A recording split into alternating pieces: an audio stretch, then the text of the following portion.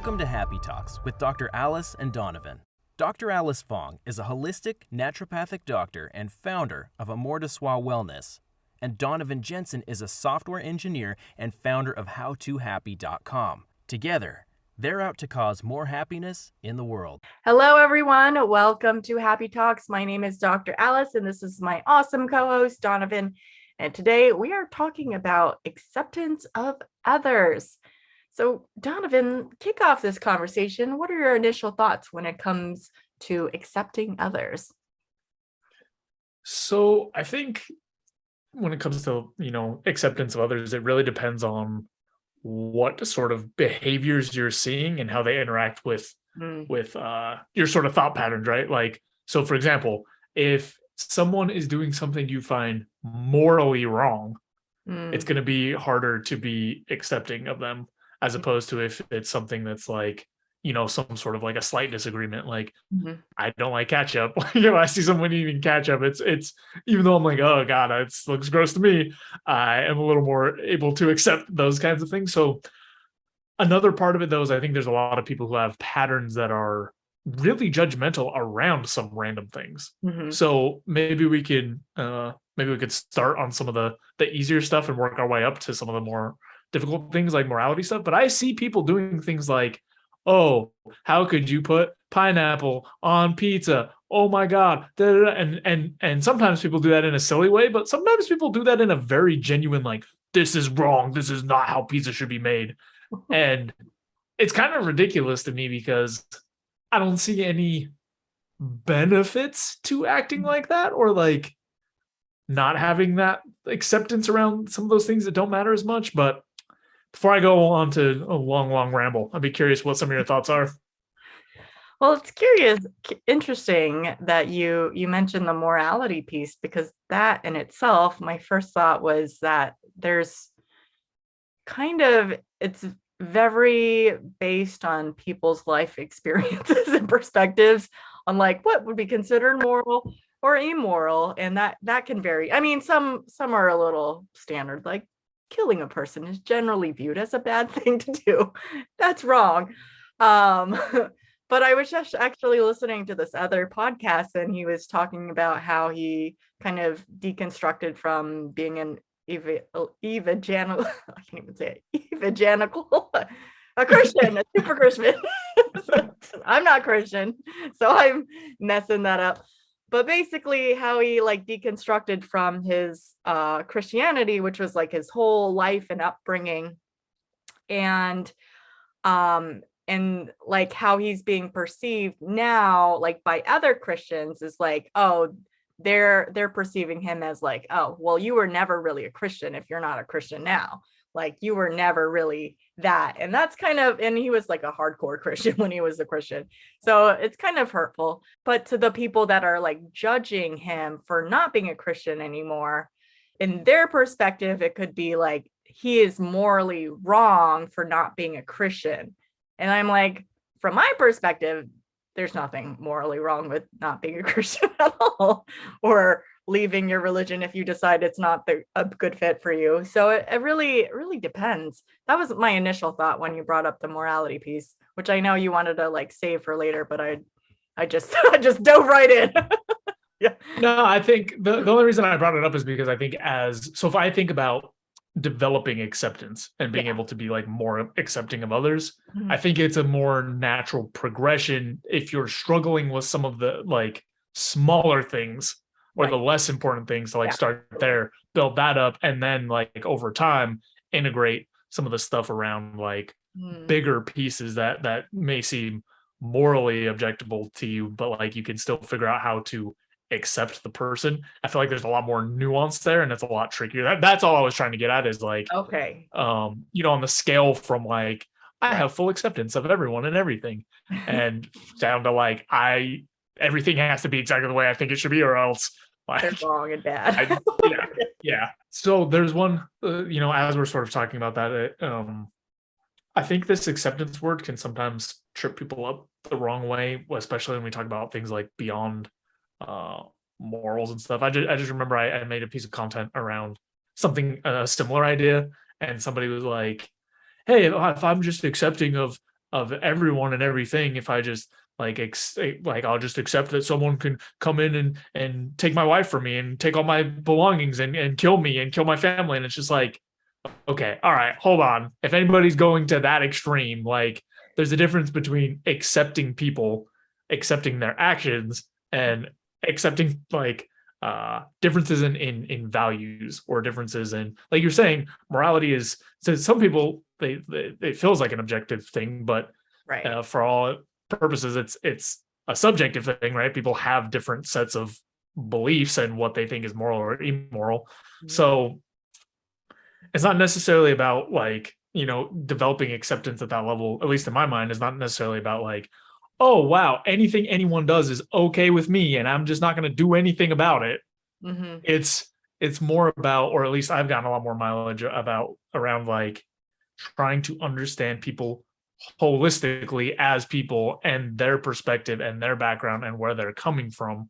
So, if you take something like, I don't know, somebody who's like murdered someone, well, there's actually a lot of different context that could be meaningful there. Mhm.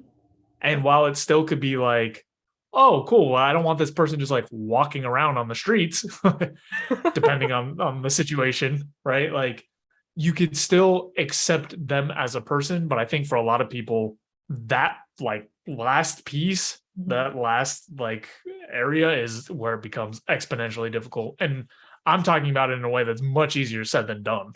Mhm. Yeah, no, I totally can resonate with that. And it made me think about like how, except like I think what I wanted to tease out from what you shared was the distinction between like there's a difference between accepting a person, but you don't necessarily have to agree with them.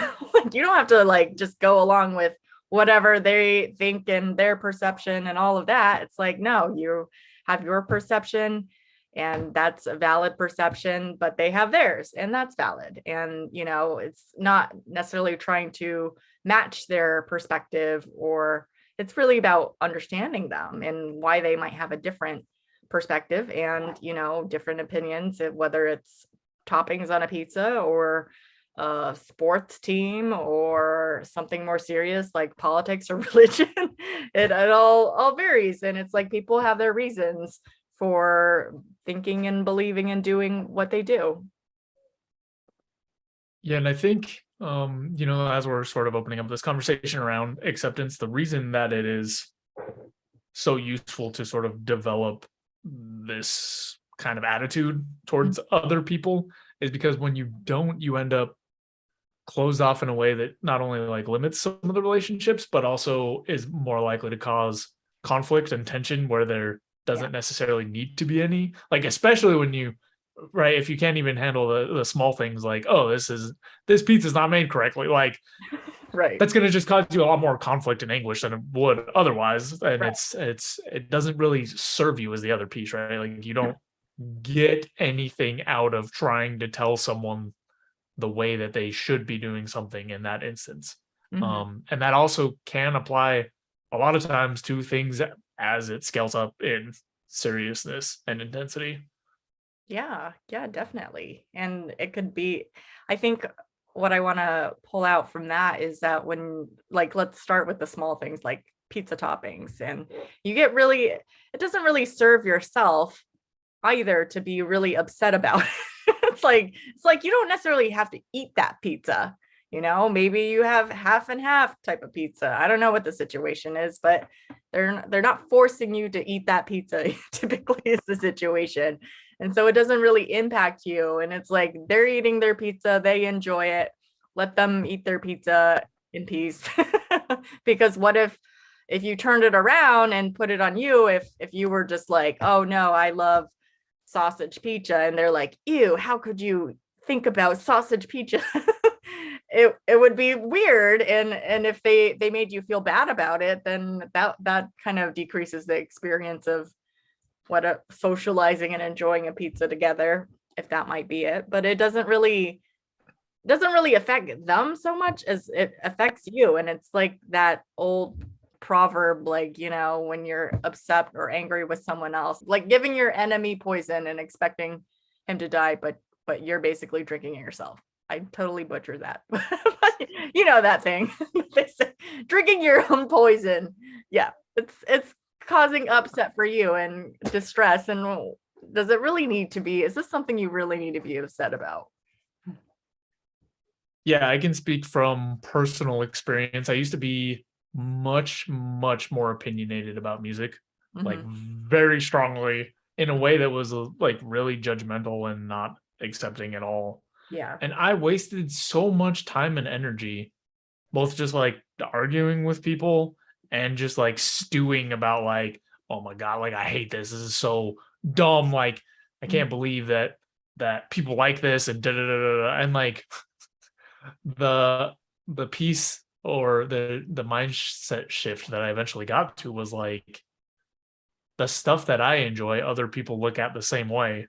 And like if someone were to approach me the way I'm approaching this, first of all, I wouldn't care. Right. And second of all, I wouldn't, you know, like they're, I mean, not in a substantial way for that specific thing, but in general, their position in my eyes would also be lowered because it's just like, just relax. Like, you don't need to freak out about this. It doesn't impact you. It doesn't do anything. Like it's something that, you know, and there can be other situations that are more nuanced that do have an impact on you. Like if your neighbors are playing loud music all night, like those are different like positions, but there's a lot of things that people get upset over, and including myself, that would like had no effect on me whatsoever. And it was just like a terrible pattern to be in, to just waste my own time being frustrated at something that didn't impact me. Yeah. Yeah. Definitely makes sense. But let's kind of dive into things that might impact you. little heavier stuff. I don't know. I'm trying to think of an example where like like let's say you are you co-parent and maybe you're separated from your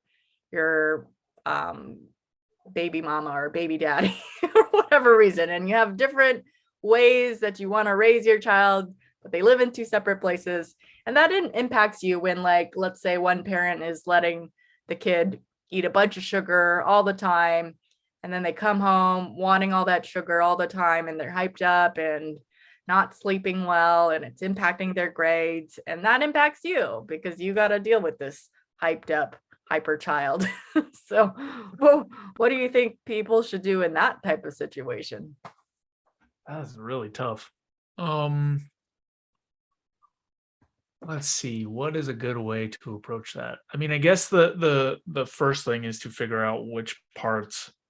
I mean, I know we're talking about acceptance, but just in general, I like the first thing is probably which parts actually are in your control, right? So, if you can't get the other person to like do exactly what you want, just ways to like manage or mitigate what's happening. But when it comes to raising your kid, I think that's like triple hard for me, just because that's a super hard situation, but I also don't have any kids. So first, don't have a kid, and then you'll be fine.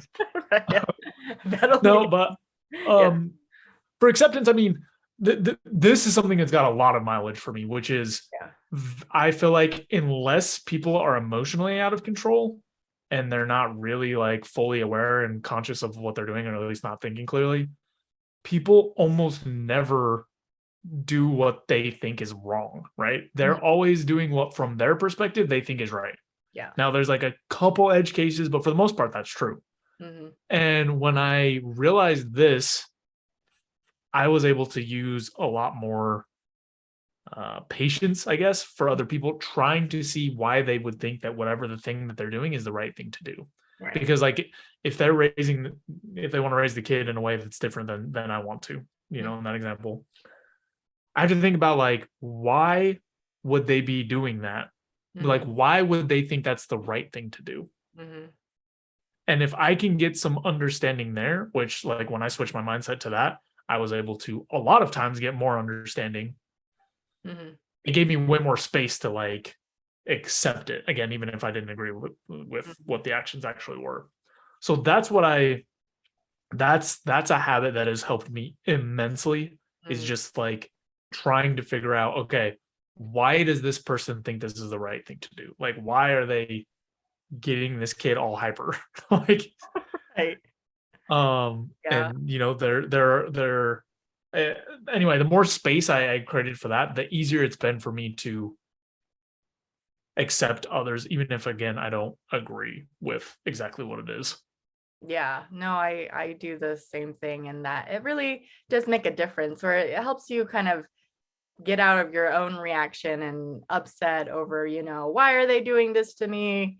I generally, I think most of the time they're not intentionally trying to hurt you. I mean, sometimes that might be the case, but like if I was in that situation, I mean, I haven't been in that situation because I don't have kids either at this current moment, but I would think like, maybe one of the parents is spoiling the child because they feel guilty for separating from their mother or father. Potentially that could be a possibility, but then it invites a conversation with your co-parent and really kind of get to the heart of it. Hopefully you can have some open communication and really think about like create some sort of, even though you're not romantically involved anymore, you're gonna have to be involved with each other's lives for a very, very long time because you share a child. And it's about creating like teamwork and not about what each other necessarily wants, or it's more about like what's best for the child. And can we come to an agreement on that? It's like, yeah, maybe once in a while, a little bit of sugar for a special occasion, no problem, or come to some sort of agreement or terms that works for both of you if that's possible. And if it's a struggle, then maybe getting some support. Like you could still go to like couples therapy even if you aren't together and get some like objective third party to kind of sort out through those issues, to help you through it so it doesn't create more distress for either parent or the child, really, because that's really what should be the most important thing. Should be. It should be. I've seen enough. Should be. I've But, seen enough and been in enough of a split family to know there's all kinds of petty nonsense that goes on. But right, yes. Easier in said than done, theory, like most of the things we talk about here. yeah, our best selves are capable of acting that way.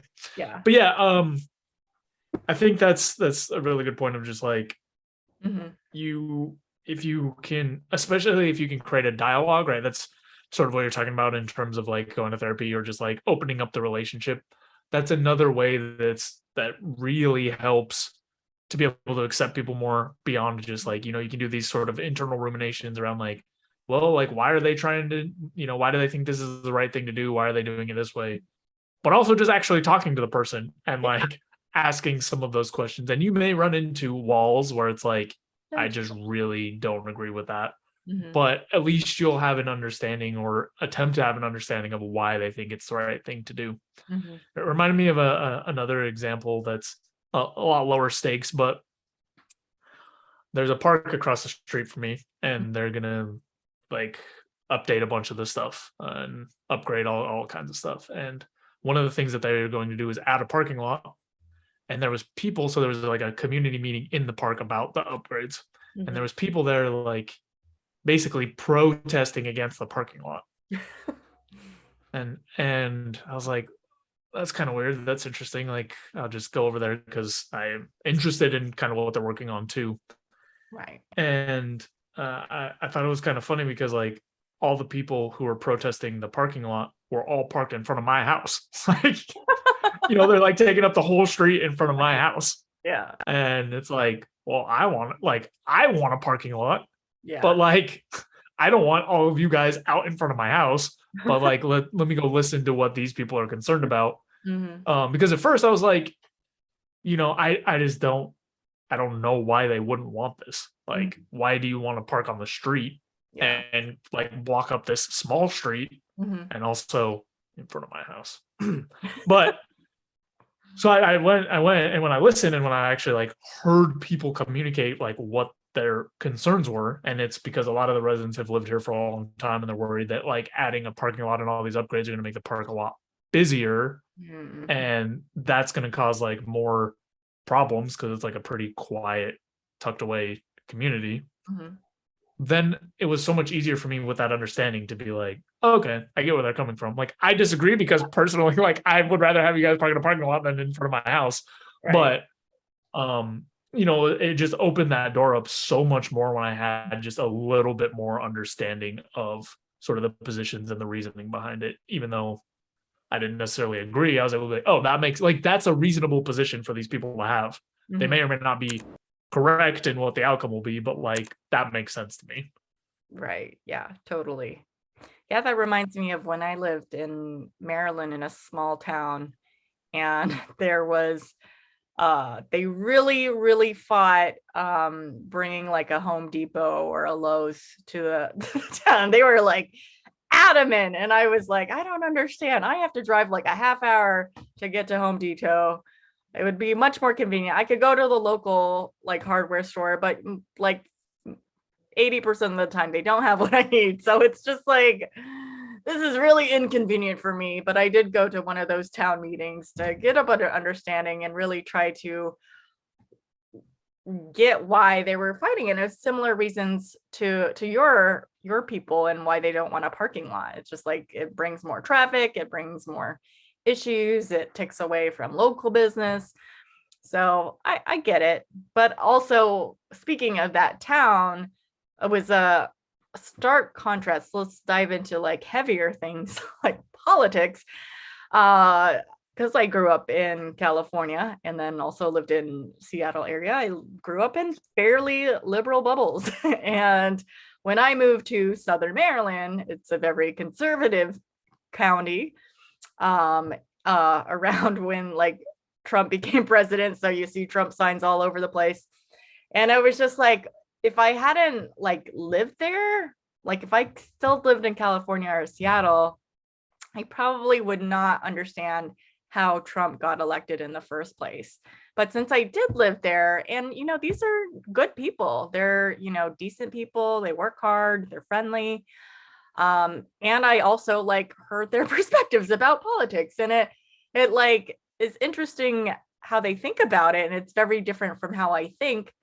But for the most part, there's always like those extremists, and that's not most of them probably. It's like they're extremists on both ends who paint the picture, making each side look worse than they actually are. And then there's the people like kind of in between, where a lot of them were, but I was just like, from getting to know them and actually knowing that they were good, decent people who have certain held beliefs and believed certain things and, you know, thought certain ways, it made more sense on why he got elected. And even though it was still upsetting for me when he did it, just like I wasn't like in total shock or disbelief when it happened. And, you know, I was still able to get along and interact with these people. I just try to avoid the politics conversation because we would just go around in circles and not really get anywhere.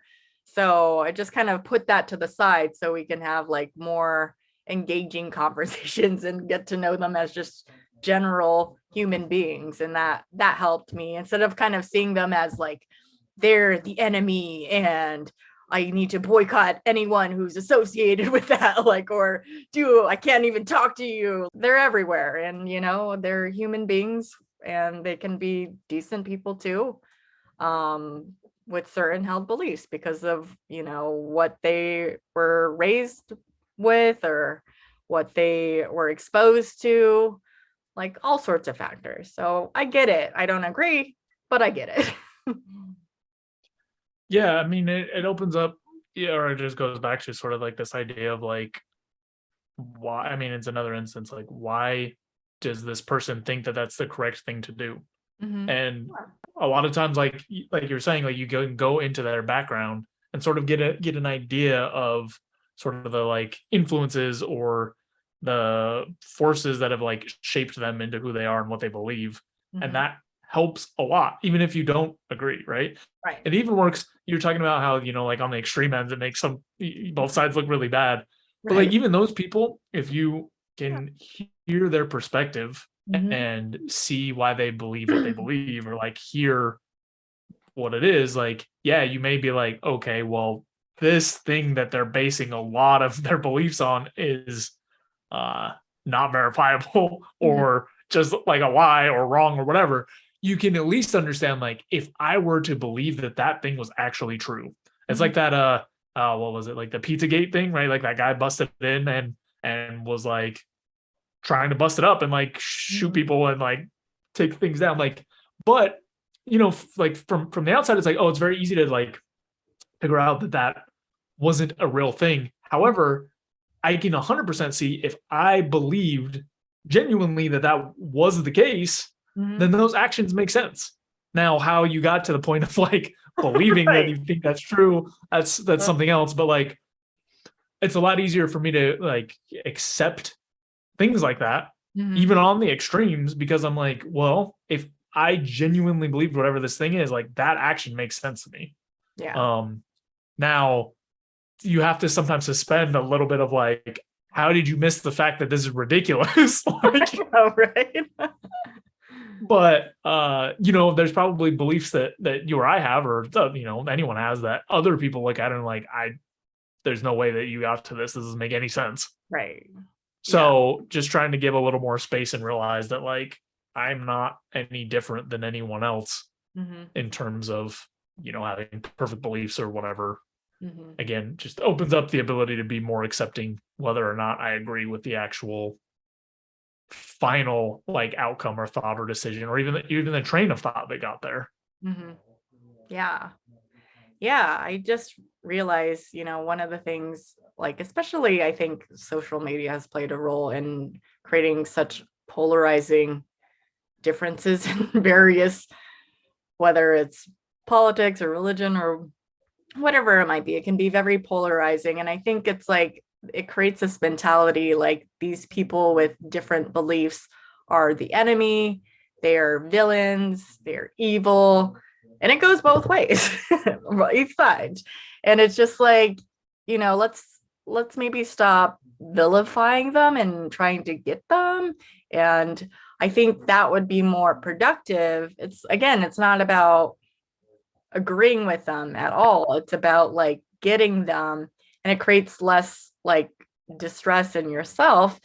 And it might open, like, if you're vilifying them and like screaming at them or shouting at them or telling them that they're evil or whatever, that doesn't help your case. Doesn't help your situation. It doesn't invite a productive conversation by any means. If you do even want to go there, sometimes I'm like, I don't want to go there. That's fine. But if there was like someone that was actually wanting to have a productive conversation and really understand each other rather than like argue their point and try to like ground their foot in the ground to like have you believe what I believe, that's a different story. But if it's a matter of just understanding each other, I would be much more open to that conversation than if someone was trying to force their perspective on me. Yeah, and I want to highlight that the outcomes are so much better, right? Yeah. Like the reason to be more accepting and to open that space is because you get such better outcomes. Like when, like with the social media stuff, with the more polarized things get, the worse our outcomes get, because we move to a place where conflict is like how we're going to resolve things instead of dialogue. Right. So that's the reason. And if you think about like on social media, why do people think it's the correct thing to do to vilify the other side? Because you get attention. Like that's what gets you more like support and attention and cohesion inside your own group. But if you think about it in terms of like what's going to give us the best outcomes, it's definitely not that. Like butting heads. I mean, if you ever lived with someone and have a disagreement, like the best thing to do is to figure out how to resolve it, not to like entrench yourself, because then you just end up with more and more tension until things blow up in a non-productive way. Yeah, totally. All right. Well, I think we covered this topic pretty well. Was there anything else that you wanted to cover before we wrap up? I think that's it. All right. Well, thank you everyone for tuning in this week. We appreciate you. And if you appreciate us, be sure to like, comment, and subscribe and spread the happiness in the world. We'll see you next time. Thanks for watching. If you enjoyed the video, please take a second to subscribe, as it really helps out a lot. If you're looking for more content, there's all sorts of information over at howtohappy.com. And if you want something a little bit more condensed and concise, I've also written the book Mindscaping, which is essentially a framework for optimizing happiness. So we'll have the link there as well. And that's all I've got. Thanks again. I'll see you next time.